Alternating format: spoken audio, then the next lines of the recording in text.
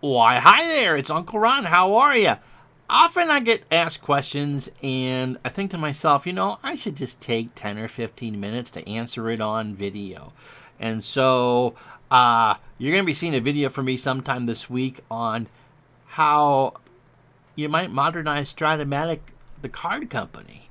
But tonight, we're going to talk about learning how to stream, and are you ready to stream on Twitch? Okay, let's go with the pros of going on Twitch.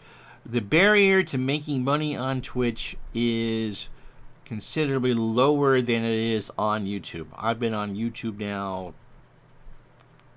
3.5, 4 years. I think I've done 850 videos or something like that. But I don't have 1,000 subs. I have 912 subs, by the way. Thank you very, very, very much. I do appreciate all of you who watch even just on occasion. So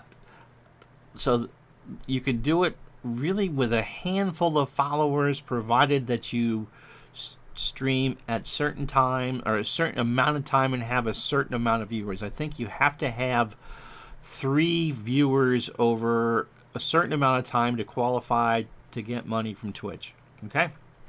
The good thing about that is, again, the barriers are low. I think it took me 6 weeks from the time I moved my live streams from YouTube to Twitch to get paid, to get anyway eligible for money.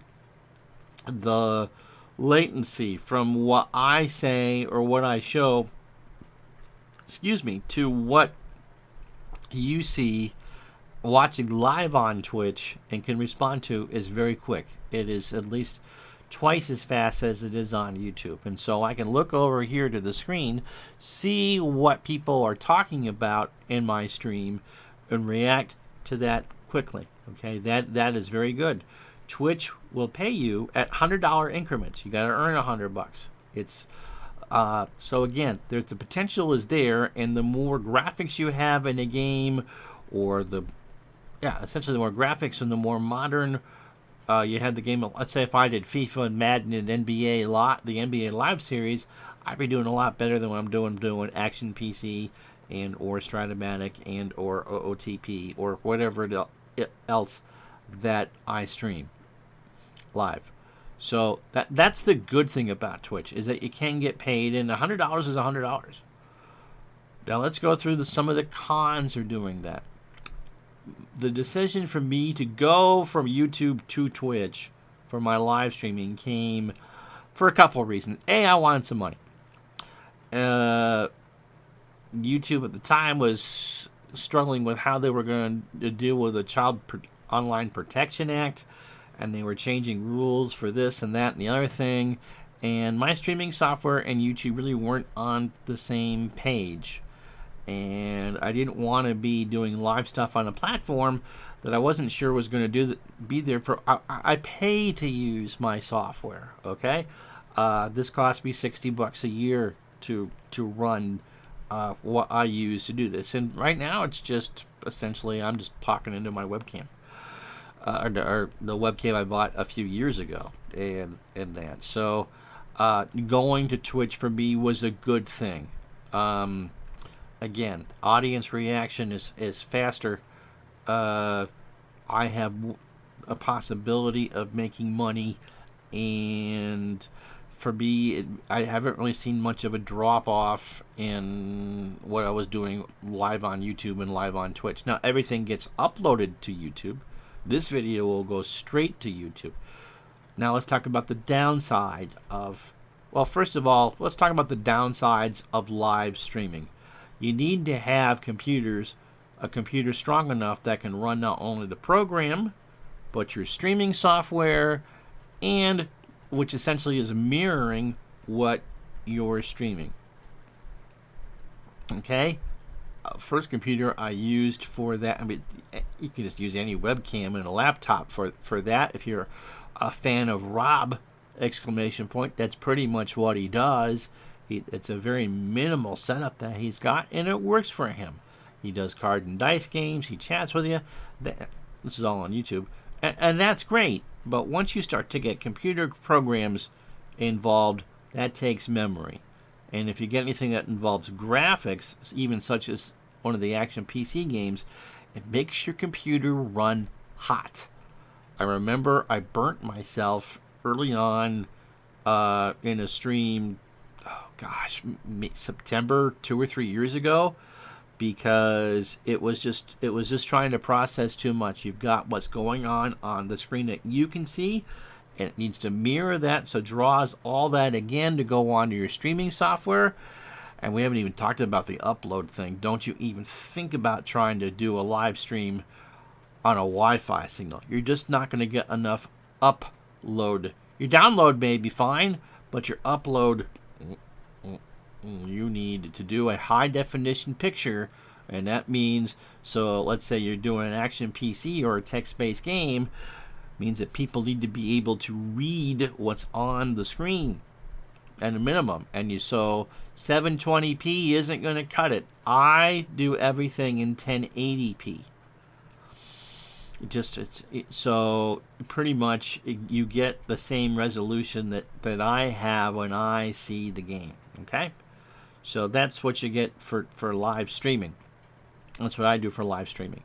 I'm also hardwired. I don't rely on Wi-Fi. If the wife is home and she's watching Netflix, or if she's watching the Roku in the other room, you are fighting for that connection.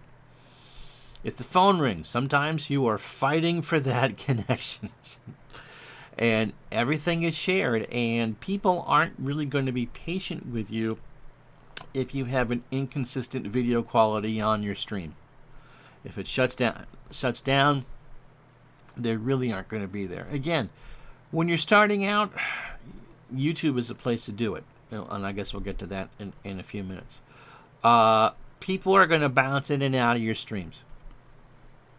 All there is to it. And if you're going to go to Twitch, you are pretty much saying, I know what I'm doing, and I'm asking you to give me money to continue doing this. Which, there's nothing wrong with that, and the more people who want to do it, the merrier. A nice community on Twitch for a variety of different things. But again, they have money set up into their computers, their video cameras, their gaming software, their audio setup. It's all stuff that's done by repetition. I did YouTube for a year and a half before I went over to Twitch, and there was still some headaches trying to get things over. And every couple of weeks, I got to make sure that when I hit that button to stream onto Twitch, that I'm authorized to do so, because it doesn't save your login information every time. And so you're telling people that you're going to be on at a certain time, and you're looking at the clock going, I'm late. And, you need to authorize this. Well, I thought I was authorized for this. And again, just little annoying things. Again, Twitch can be quite good. Twitch doesn't save anything.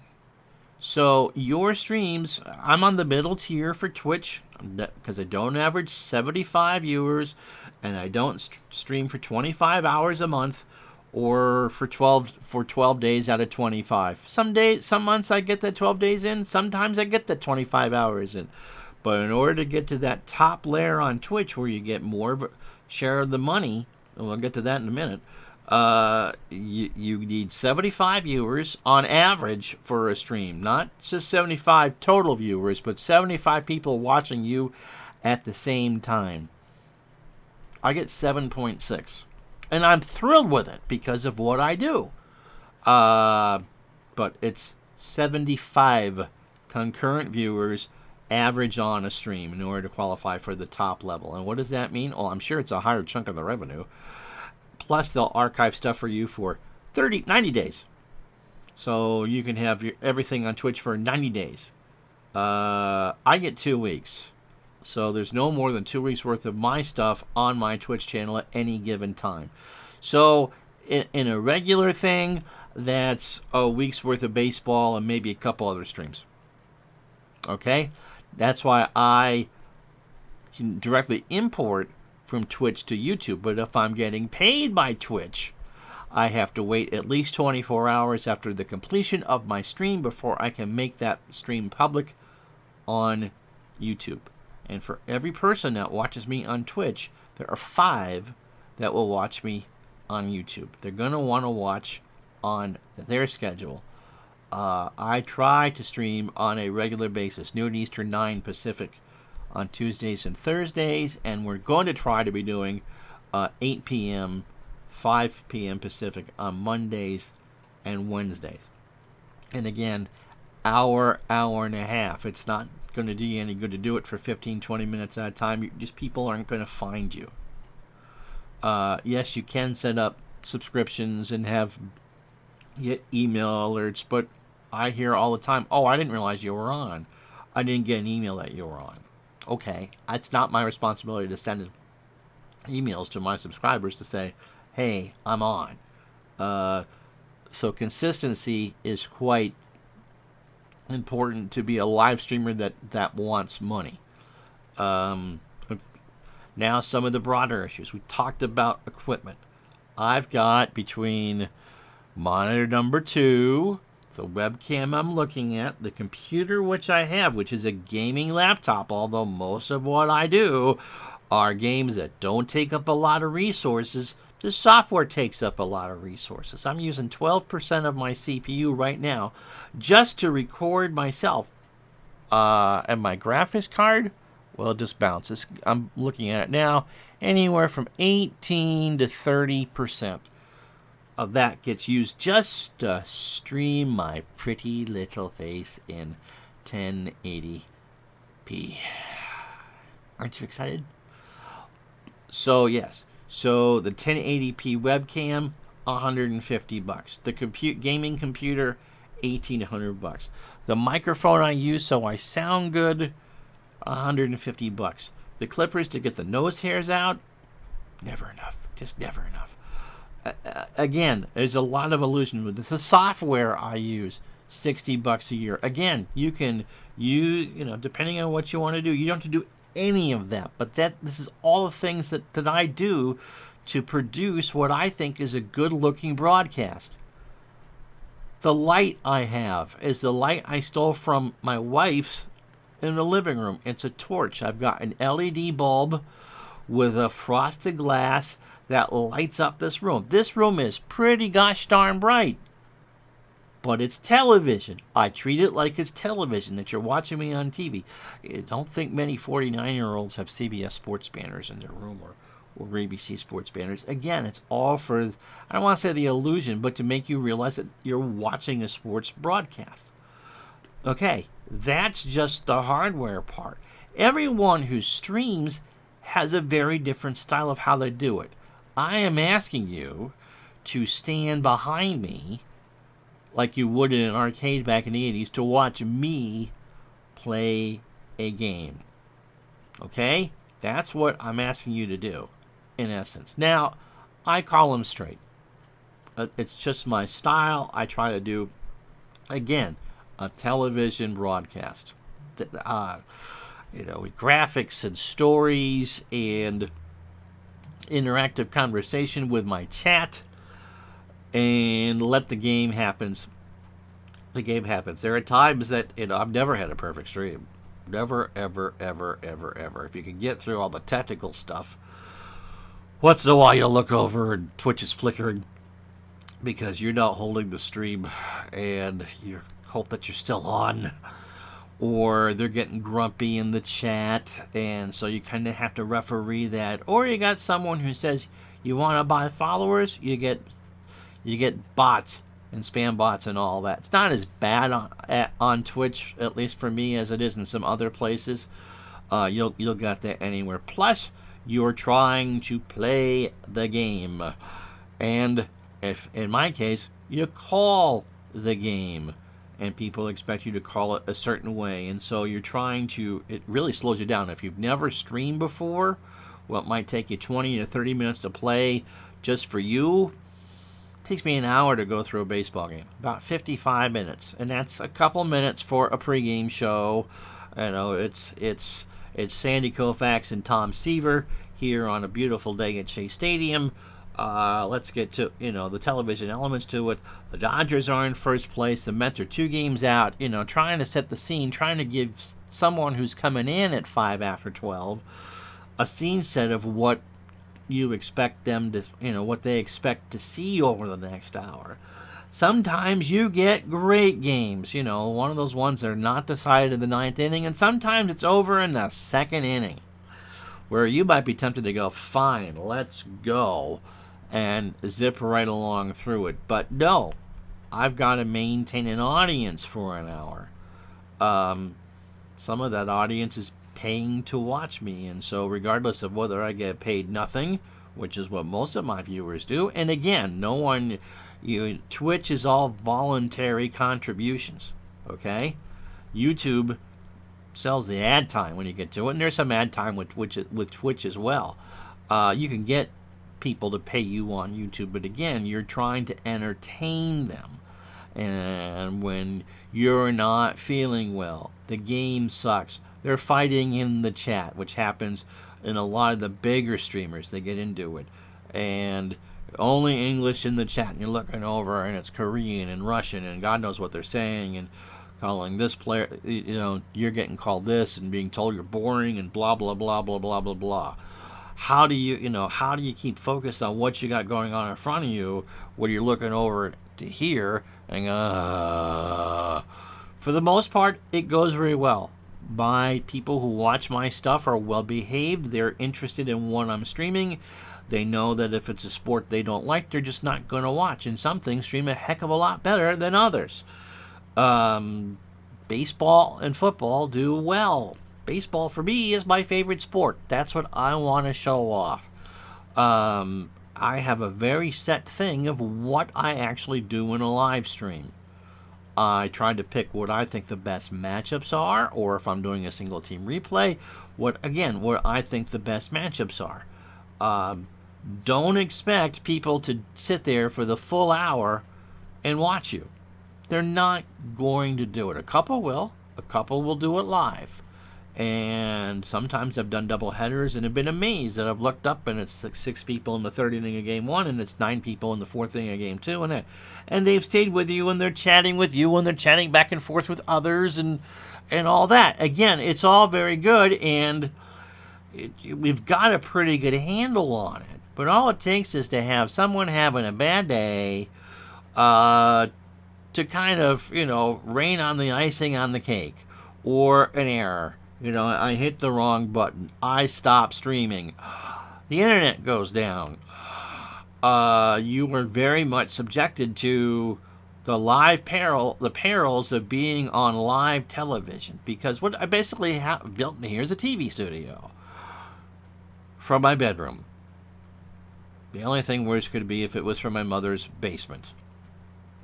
Okay, yes, you comfortable? So let's now talk with the pros and cons of recording and practicing. Are you comfortable with the sound of your own voice? Can you improvise for a long period of time? Are you comfortable looking at yourself on camera? Do you watch yourself when you're done? I do spot checks. If I have a good game, I'll watch the key moments and see how I reacted to that. Sometimes I underreact, sometimes I overreact. Sometimes if I'm told, your audio's all messed up, I'll go back through and look and see what I did to improve myself. I take my compliments with a grain of salt. I look at all my criticisms, again, sometimes with a grain of salt. But your critics sometimes can tell you what you need to work on. When I started streaming and recording way back when, my eyes would be closed. I'd be in the middle of a thought like this, and so you would just see me with my eyes closed. I've learned to keep my eyes open. When I read something on the screen, I try to slow down so I'm not tripping over my words. When I'm genuinely surprised by the action going on in front of me, I tried my best to keep in front of it. Again, these are all learned skills. I did this a good year and change before I ever asked for any money. Patreon is what I did first. And I do some of that. And then going to Twitch, which pays not as well as Patreon. I got 3 checks from Twitch. And again, it's all net 90, which is what standard things are for internet pay. And so, yeah, it's nice to get that $100 at a time, but it's not something I expect to come in on a monthly basis. You've got to report it on your taxes. It's income. So if you have other things going in, you have to pay taxes on it. It's good for... I plow into stuff. Once in a while I'll buy dinner. But it usually goes into the myriad of games that I show off and play. Or saving for the next upgrade for equipment, because games get more and more demanding for the technology that they use. And so you got to keep up with it, or else you're going to get behind. And you're asking people for money. Some people are willing to do that for you rather easily. You entertain me, I'd be happy to do it. But my rate of people who pay is about, assuming that everyone that I have that gives me money in a given month subscribes to me on YouTube, it's about 2%. 1% is about what you'd expect. So for every 10 people for every 100 people that run across what you do, maybe one person, maybe two, is willing to go, oh, I'll give you some money. And so the cons are, how much do you want to grind to do this? Are you having a good time? There are times I've come on and streamed that it's the last thing I want to be doing. I go through, about halfway through the game, I feel better about it, I have a good time, you guys have a good time, and all that. But again, just like with anything else that you're literally singing for your supper, it can be a grind. Are you ready for that? What happens when things don't go well? Can you do it on a regular schedule? Also, are you doing something that people are going to be entertained by? Don't make people think. Don't make people look at cards backwards. Cards and dice games are horribly difficult. Extremely hard to stream and get right. People are going to pop in. They're going to see what you're doing. They're going to want to know, A, who's winning, B, why. And you can't sit there and do summaries every time you see a number change. Oh, another person dropped in. My name is Ron. It's the fourth inning. Just like with broadcasters. That's a good thing about that. John Miller and the egg timer. Every 3 minutes, flipped over the egg timer. Oh, it went off. And so, as Rafael Palmeiro steps to the plate, the Orioles still lead the Red Sox 4-3 here in the top of the fourth inning. Okay, again, just quick things there. Then you get back into your interaction with the live. When you record, you don't have to worry about the interaction. It's you and the game. And you're going to get comfortable with it. Is it, again, the pace that you play is going to be different just for you with giggles as it is when you're showing it off. How much will you slow down to do it? What happens, again, if you're doing tennis and your chat's talking about hockey or whatever? Sometimes you get into it, and you get a good flow. But I have to sit there and explain it all to my YouTube viewers because they don't see the chat. The games I do, there's too much to going on the screen for me to throw up a chat window and have people read it. People are watching over the phone. They're listening. I hear more people listen to me and treat it as a radio call. And so you got to be overly descriptive on things that you wouldn't necessarily have to do. Let's say if you were doing OOTP. Can you get it all together and feel comfortable with it? Can you draw an audience? Can you tell stories in a way that people are going to be interested in? There are things that I've done that don't interest anybody. And they don't get streamed anymore. Not that I don't like the game, but it just makes, if you know that you're going to take an hour and 20 minutes out of your day to do something, and you look up and it's the same two people, and only one person's kind of chatting, and they're, working, eating, going to the bathroom, arguing with a spouse or a pet, is it worth it? Is it worth it? YouTube directly tells you how many minutes of a stream the average person watches, okay? And so it takes an hour and a half for me to do a football game, about an hour 38 about that, okay? How long are people watching me? 15 minutes. They're zipping back and forth. It's all on demand. Okay? Again, about 80 to 85% of the people who watch my stuff are watching weeks later on YouTube. They're not watching it live on Twitch. You might get, I think, one stream I had 25. I think it was a Super Bowl pre-play this past year. It was great. And you're watching back and forth, and then, then you're kind of hoping, please be a good game. Please be a good game. Please be a good game. Don't be a blowout, because people will leave. People will discover you. People will follow you. And people will leave. People want you to do what they want you to do. Is it all worth it in the end? Oh, I really do enjoy what I do, or else I wouldn't be doing it. But it's not just something plug and play. People aren't going to watch you because you think they are. You got to give them a reason to watch. If you're not into long-term projects, don't start a long-term project. People are also not going to sit and watch you for 4 or 5 hours at a time. Not to play these games. If you're doing Call of Duty, if you're with a bunch of buddies shooting things up and GTA, or playing FIFA, or something that people can watch and interact with, that's fine. No one is going to watch me play baseball for 4 hours. No one in their right mind is going to watch me play baseball for 4 hours live. I'm amazed at the people that when I do a doubleheader that will stay for the 2 hours and 15 minutes. And my voice is shredded after that. I really can't talk the rest of the day. So, recommendations, if you go figure out how to do it.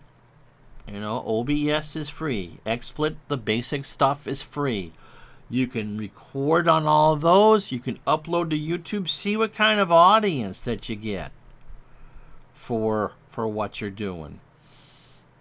Going live's another thing. Can your computer handle you being live? Not all of you can.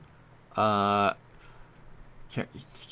you able to be hardwired so you don't have interruptions when the kid wants to play Call of Duty in the other room on the PlayStation, or the wife has to do a Zoom call, or the daughter, your daughter is going to watch something on Netflix? I mean, all these devices get shared. You need to have something, a dedicated thing in and out of your computer so you can get the proper upload speed. Very, very important. Do you feel comfortable, interacting with a live audience? And that sometimes will second guess every move you make. What's your patience for that? If you ignore your audience, they're not coming to watch you live. If you get used to doing it, it's fine. Can you do it on a consistent schedule? You may only be able to do it one night a week. But, if you're going to say that I'm going to live stream at Thursdays from 6 to 9, then you better be doing it on a consistent basis from 6 to 9. Now, life happens, and sometimes you miss and you get sick, or the dog gets sick, or the cat fights with you or whatever, and you can't do it. Okay? And if you got a Facebook group or whatever, you say, look, we're not doing this tonight because the cat puked on my keyboard. And I'm just not cleaning this off. Or I'm not feeling all that well. Find whatever comfort level you are and get to it. Especially if you're doing something niche like, again, action, PC, hockey. I'll do a game tomorrow night, Monday Night Live. 8 o'clock Eastern, 5 p.m. Pacific. It'll get 5 people to watch live and 50 will watch later on the week on YouTube. Won't make about 6 cents out of it. Oh yeah, the Twitch money thing. So if you sub on Twitch, it costs you $5 a month to sub. And you get a whole bunch of emotes, I guess. I don't know. I pretty much split the money with Twitch. So even though you might see on the screen that, oh, Ron's got X amount of subscribers to him. Nah, I'm splitting the money. That's, it might cost you $5, but I'm getting $2.30, $2.40. I'm grateful for it. Again, this isn't a complaint, but I get paid more per hour doing this than I did when I wrote on the internet and got paid 87.5 cents per 1,000 reads. Yep, that's how much I got paid. 87.5 cents per 1,000 reads.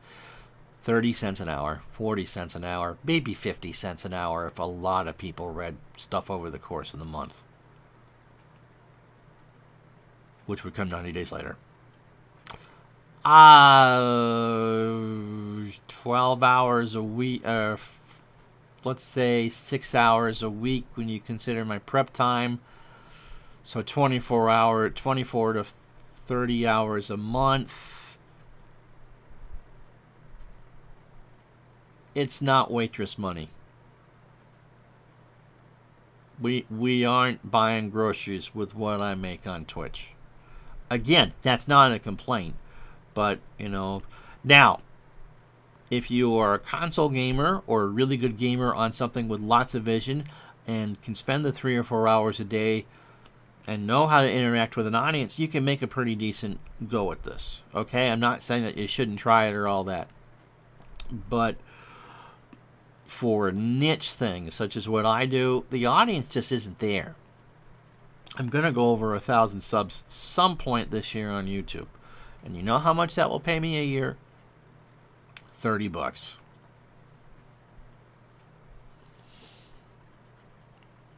Because my videos draw, between 40 for a random game to, if I do an unboxing, that might get 500 views. Maybe 1,000. And that 1,000 just might, pay me $1.